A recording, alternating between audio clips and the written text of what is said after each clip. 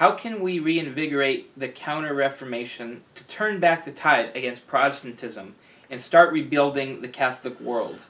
Might that involve a new ecumenical council of the Church, like a modern-day Council of Trent?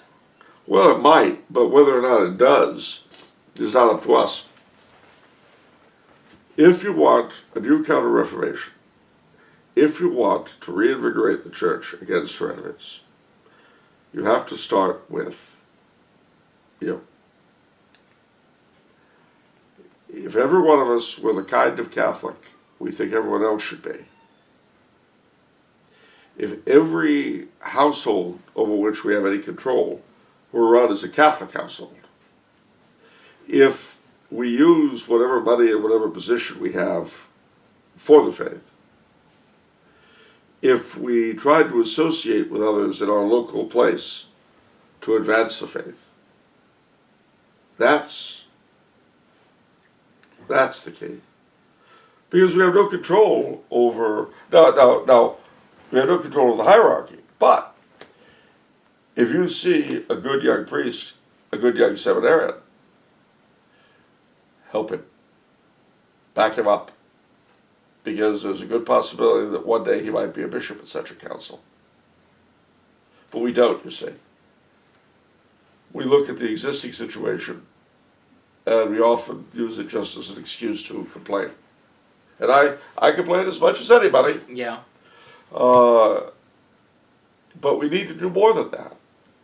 We need to do the things we actually can do in reality.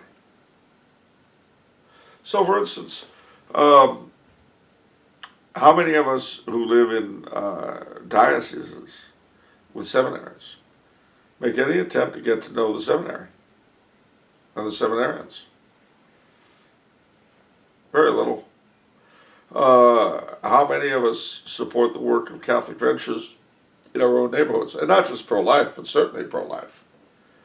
Not too many. So, you know, it's important that we not allow our worry about the big picture to get in the way of what we're doing where we are at this moment. It's very, very important. I mean, if the Pope calls me a bad name and I get all upset about him, okay, I'm upset. So what? What does it matter? What does it matter if I'm upset? Not this much. What matters is how hard I pray, how hard I try to practice virtue, how hard I try to do the spiritual and corporal works of mercy, how I try to educate the people around me, to help them. That I can do. And no one, on the one hand, no one can take it away from me, and on the other, it's something I can do. So, I have to interject because I have to insert my favorite papal quote from Pope Benedict because it's so inspiring. He says, "The world offers you comfort, but you were not made for comfort. You were made for greatness." well, And I think everybody has to, in their own minds, redefine what greatness is. It's not, you know, by the big players in the game. no. You know? It's not. And each of us, see, part of our problem is that we can't see the big picture, really. And now I'm not talking about what we read in the paper and on the internet. I'm talking about the reality of things. Everything in life is interconnected. All of space and time, all of creation. My late father had a very funny story, which I must have told you, but I think it's very apropos at the moment. One of his many parables. Mm. And in his story, you've got this wealthy Catholic guy who's got tons of money, and he's led a very moral life. And he's endowed churches and hospitals and libraries and schools and all this sort of thing. And then he dies. So he's up at the pearly gates, and St. Peter looks at the paperwork and says, well, you're in. You were a very devout Catholic, you were a faithful husband, you were a good father. Lord knows you gave of your substance for your fellow man. So, yeah, you're in. And the man says, well, that's great, St. Peter, but I've got a question for you. What was the best thing, the biggest thing I ever did? Was it the churches? No, they were great. We appreciated them. They were neat. What about the hospitals and the schools? Wonderful. And every one of them we appreciated up here. It was great. Well, the libraries, they were fine. All right, St. Peter, I'm missing something. Help me out here. What was my greatest single accomplishment on earth? If you really want to know, well, yeah, I wouldn't ask you what was my single greatest accomplishment if it wasn't all that other stuff. All right, I'll tell you. Do you remember when you were 14 years old and you were standing on the corner of Hollywood and Wilcox, and the station wagon pulled up, the guy rolled down the window, was driving it, and says, hey, kid, you know how to get to Sunset and Vine? And you told him. And he got there just in time when he was supposed to. And he met her. And everything worked out the way it was supposed to. Just because you were there and said what you were supposed to at the right time. The rest of the stuff, yes, it was all wonderful. We appreciated it. But that was your shining hour. Your moment of triumph. Well, I don't know if that's literally true. But it gives you a way to think about it. Right. The ripple effect, I guess you could say. Yeah. And we don't know. We don't know the effects. I mean, you and I have an advantage over a lot of people because we're making these podcasts. And, of course, unfortunately, the responsibility also comes. Mm-hmm. You know, if I make some stupid flippant comment, right, and somebody goes out and shoots himself because of it, yeah, well, that's on me too. Yeah. Although, if you're thinking of it, don't. Don't drown the kittens. Don't drink mercury. Don't do anything like that. Don't put Jell-O in your hair. Is that any more random? I don't think I can get. Yeah. But anyway, but we do have the advantage that we can express ourselves to like-minded people all across this great information superhighway of ours. Yeah. Most of us don't have that. But what we do have are the very resources that this wonderful medium brings. Do you realize that almost everything that is in the public domain is available to be read now? Yeah. Yeah, yeah, it's incredible. It is incredible. I mean, listen, I spent most of my life scouring libraries. Yeah. And you know, when I found something I really wanted, I was like, whoa, no! Devotion to the 12 Choirs of Angels by, I think, Venerable Michel Bourdon, Boudron. How I hunted for that book. And I finally found it, and when I did find it, it was a Xerox copy sent to me. Wow. You don't have to wait for that, ladies and gentlemen. You don't. And you know another amazing thing?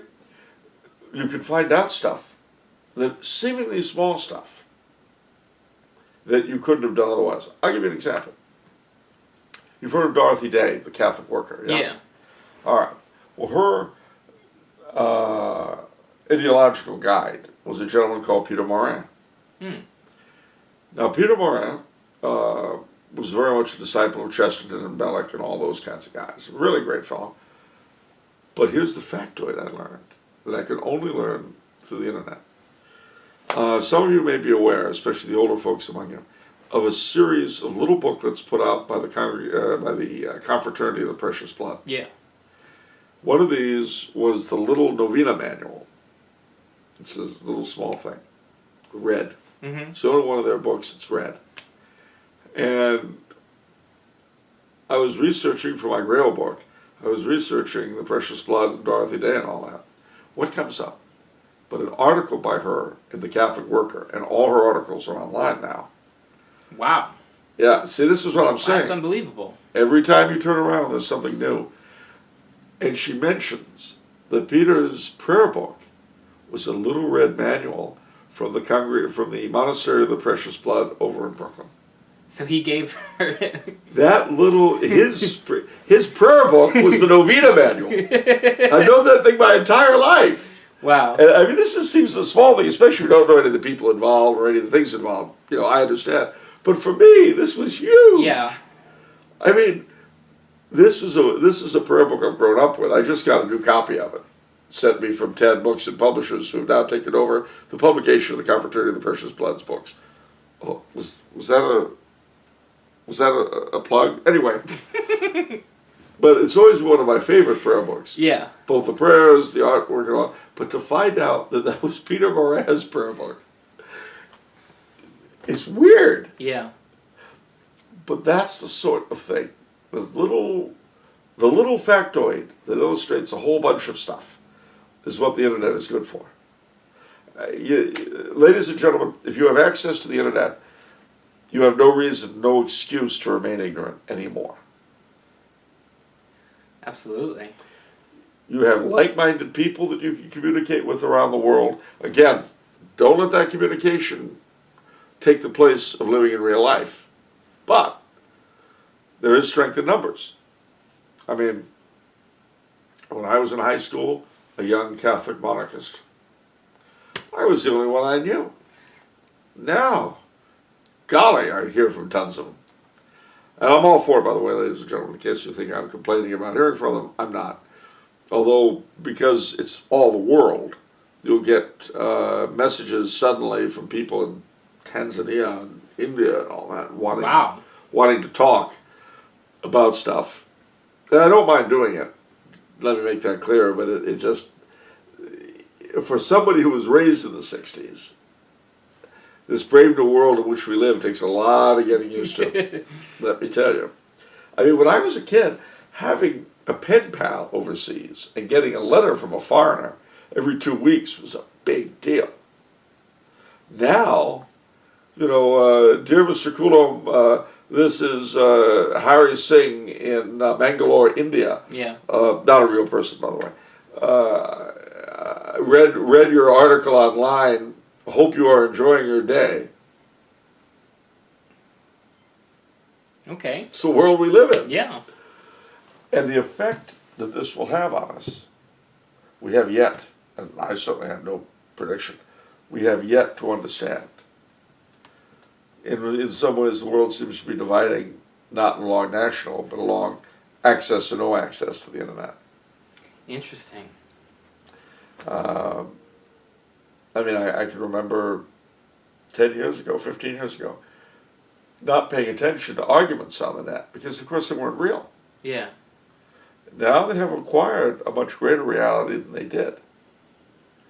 Goods and services are being exchanged. Money changes hands. I mean, the whole thing is... But I have no control over that. All I can do is enjoy the benefits and try to minimize the annoyances, as is true of all of us. Mm-hmm. And I suppose I should, in this context, repeat one of my great family mottos. What? Reality is only a crutch for those who can't handle fantasy. It's true.